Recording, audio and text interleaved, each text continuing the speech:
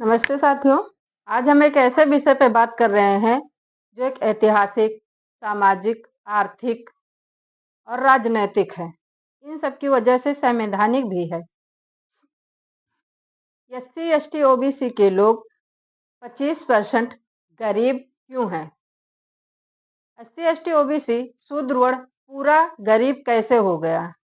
गरीब तो कोई भी हो सकता है, लेकिन हक, अधिकारों, धन संपत्ति हर चीज से 85% वाले लोग गरीब कैसे हो गए? इस मुद्दे पे हम बात करते हैं। आइए समझते हैं। 85% वाले एससी, एसटी, ओबीसी के लोग गरीब कैसे हो गए? देश आजाद होने के बाद अंग्रेज चले गए, फिर तो सारे अपने ही लोग थे, फिर संविधान की जरूरत क्यों पड़ी? संविधान देश आजाद होने के बाद लिखा गया। इससे पहले देश में मनुस्मृति के अनुसार देश चलता था। मनुस्मृति जिसे मनु ने लिखा था, और ब्रह्मा जी के अनुसार मनुस्मृति वर्ण व्यवस्था पे आधारित थी। मनुस्मृति के अनुसार इंसानों को 4 वर्ण में बांटा गया है। नंबर 1, मनुस्मृति के अध्याय 1 में कौन सा धर्म था जिसके अनुसार 85% लोग गरीब हुए? वो धर्म था सनातन हिंदू धर्म, जो वर्ण व्यवस्था पे आधारित था। मनुस्मृति के अनुसार ब्रह्मा जी ने ब्राह्मण को मुख से पैदा किया, और क्षत्रिय को भुजाओं से पैदा किया, और वैश्य को जांघ से पैदा किया, और शूद्रों को पैरों से पैदा किया। वैसे तो पूरी दुनिया में सिर्फ बच्चे माँ की गर्भ से पैदा होते हैं। एक ब्रह्मा थे जिन्होंने बच्चे को हर जगह से पैदा कर दिया। भगवान राम भी अपनी माँ की कोख से पैदा हुए, भगवान कृष्ण भी अपनी माँ की कोख से पैदा हुए, लेकिन ब्रह्मा ने हर जगह से बच्चे को पैदा कर दिया और अपने ही बच्चे में भेदभाव किया। सारे इंसानों को 4 वर्णों में बांट दिया गया। पहला वर्ण वर्ण व्यवस्था जन्म के आधार पे। सबसे बड़ी बात थी कि वर्ण व्यवस्था जन्म के आधार पर थी, कर्म के आधार पर नहीं। आप जिस वर्ण में पैदा हुए हैं और जो कार्य आपके लिए निर्धारित किया गया है, आप वही करेंगे। इसमें 4 वर्ण बनाए गए। पहला ब्राह्मण, क्षत्रिय, वैश्य, शूद्र। ब्राह्मण अपने आप को सर्वश्रेष्ठ वर्ण बनाने के बाद इनके कार्य बांट दिए गए। ब्राह्मण जो अपने आप को सर्वश्रेष्ठ कहलाता था, उसे कार्य दिया गया वेद पढ़ने का, पढ़ाने का, दान देने का, दान लेने का, यज्ञ करने का और यज्ञ करवाने का, पुरोहित कार्य करने का। और ब्राह्मण जो अपने आप को सर्वश्रेष्ठ समझता था, ब्राह्मण के क्या अधिकार थे? ब्राह्मण के अधिकार मनुस्मृति के अनुसार ब्राह्मण का अधिकार हर चीजों पर 100% था। ब्राह्मण 100%। ब्राह्मण का कार्य था दान देना, दान लेना, वेद पढ़ना, वेद पढ़ाना, यज्ञ करना और यज्ञ करवाना। क्षत्रिय का कार्य था प्रजा की रक्षा करना। माने तो आज के समय में जो कार्य पुलिस और फौज के लोग करते हैं, वही कार्य क्षत्रिय का था। रक्षा कर सकते थे, वेद पढ़ सकते थे, लेकिन पढ़ा नहीं सकते थे। यहाँ करवा सकते थे, लेकिन यज्ञ कर नहीं सकते थे। नंबर 3, वैश्य। वैश्यों को पूरा व्यापार दे दिया गया। जिस भी चीज से पैसा आता था, पशुपालन करने पर अगर दूध बेचने से पैसा आता था, तो वो भी कार्य केवल वैश्य ही कर सकते थे। आज के समय में जो कार्य बैंक, राजकर, क्रय विक्रय और लेन देन का जितना भी कार्य होता है, सारे पे अधिकार था वैश्य का। मनुस्मृति के समय में ब्राह्मण को 100% था, क्षत्रिय को 50% था, और वैश्य को 25%, और शूद्र और महिलाओं को 0% था। मनुस्मृति के समय में इन्हें कोई अधिकार नहीं दिया गया।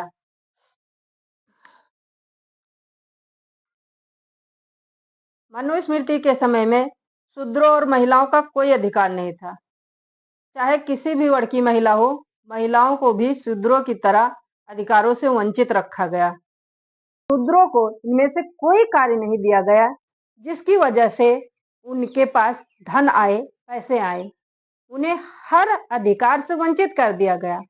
उन्हें सिर्फ ब्राह्मण, क्षत्रिय, वैश्य इन तीनों की सेवा करने को कहा गया, वो भी बिना ईर्ष्या और जलन रखे हुए इनकी सेवा करिए।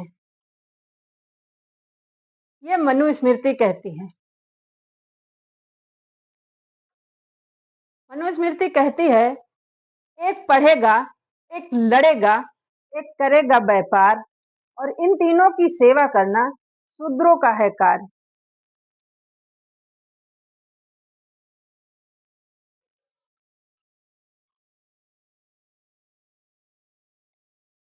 ब्राह्मण, क्षत्रिय, वैश्य जो भी कार्य करते थे, उनके बदले में उन्हें धन संपत्ति मिलती थी।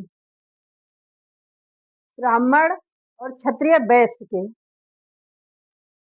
धन का स्रोत था। धार्मिक स्थान से जितने भी दान मिलते थे वो सारे ब्राह्मण को दिए जाते थे।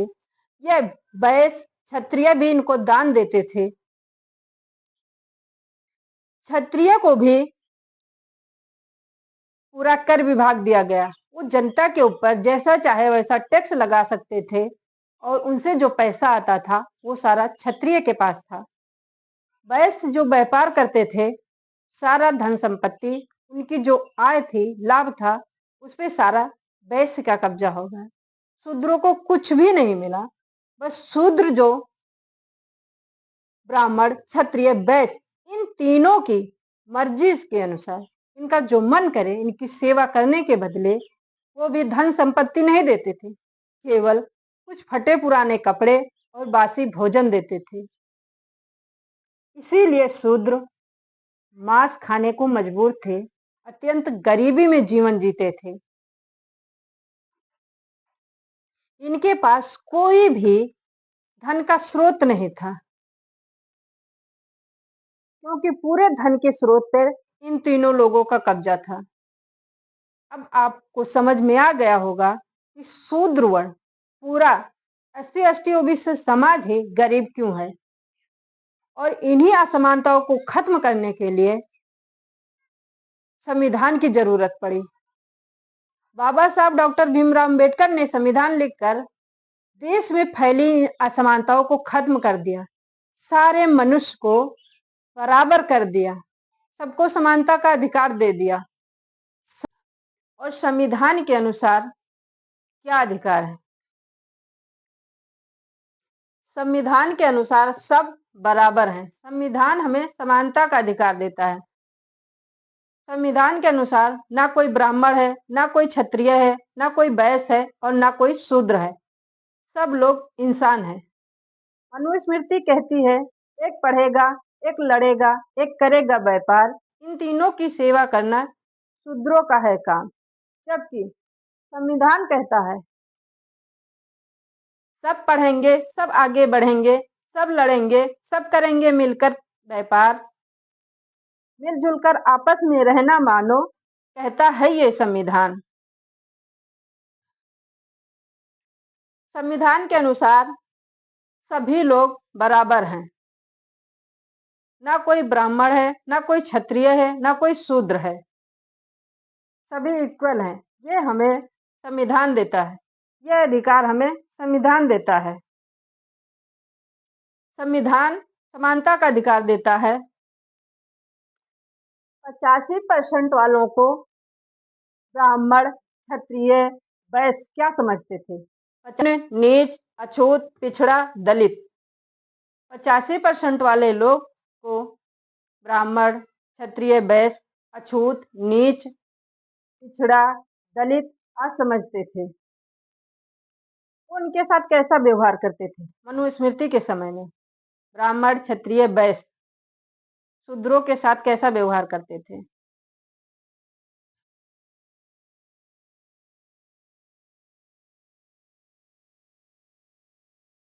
शूद्र को अछूत, निम्न, नीच, पिछड़ा समझा जाता था। ब्राह्मण, क्षत्रिय, वैश्य इनसे घृणा करते थे।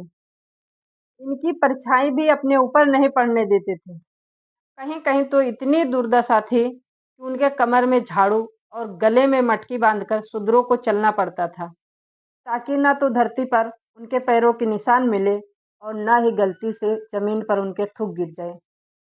महिलाओं की बहुत स्थिति खराब थी मनुस्मृति के समय में।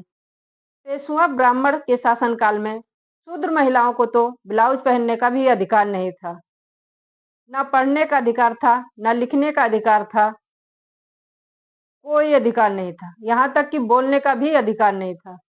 चाहे जिस वर्ण की महिला थी, पुरुष उनके साथ चाहे जैसा व्यवहार करते, वो उसका विरोध नहीं कर सकते थे।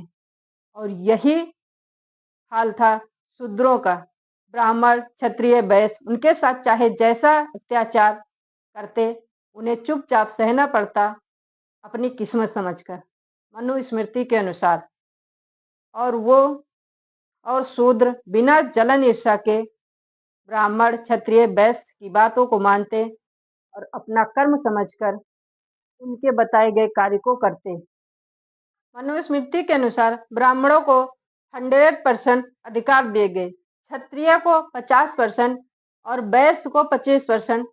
शूद्र और महिला को कोई अधिकार नहीं था। लेकिन संविधान ने सबको बराबर कर दिया।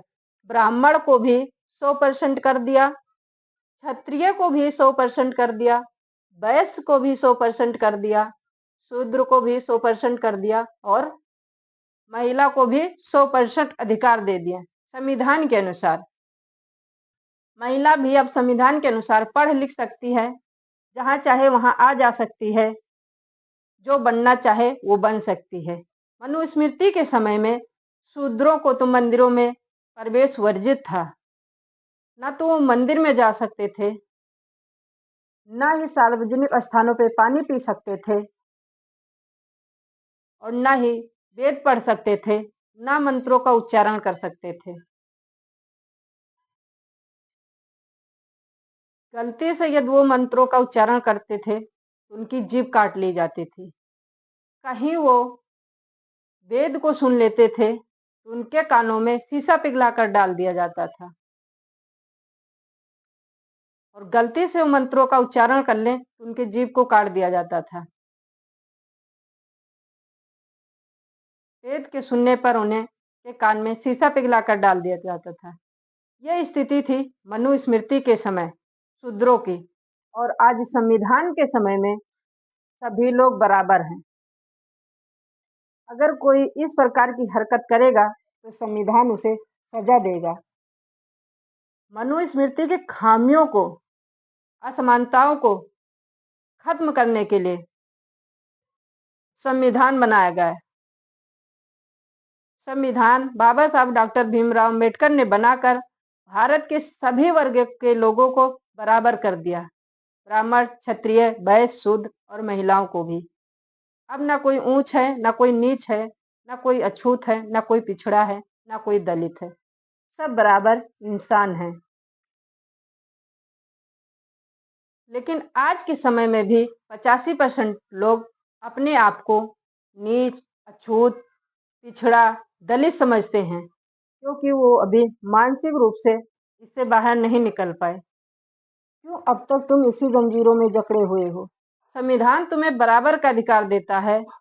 अब तुम बाबू भैया कहना छोड़ दो। सम्मान जिसको दो वो भी बदले में तुम्हें उतना ही सम्मान दे, तभी तुम सम्मान दो। वरना जो तुम्हारा तिरस्कार करे उससे दूर रहो, उसे कभी सम्मान मत दो। एक हाथ से सम्मान दो, दूसरे हाथ से सम्मान लो। ये तुम्हें संविधान अधिकार देता है। अब ये संविधान का राज चल रहा है, मनुस्मृति का नहीं। यह वीडियो बनाने का मेरा मकसद किसी जाति धर्म के लोगों की भावनाओं को ठेस पहुंचाने का नहीं था, बल्कि जो मनुस्मृति में लिखा गया है उसी को मैं बता रही हूँ। और जिसकी भावना को ठेस पहुंचे वो मनुस्मृति पढ़े और संविधान लागू होने से पहले का इतिहास पढ़ें। संविधान हमें समानता का अधिकार देता है। संविधान में कौन कौन से अनुच्छेद हैं जो हमें समानता का अधिकार देते हैं? वो अनुच्छेद हैं 14, 15, 16, 17, 18, 19, 21, 23, 25। जाति, धर्म, वर्ण, लिंग, भाषा, जन्म स्थान आदि के अनुसार तुम किसी के साथ भेदभाव, असमानता नहीं कर सकते हो। संविधान तुम्हें समानता का अधिकार देता है।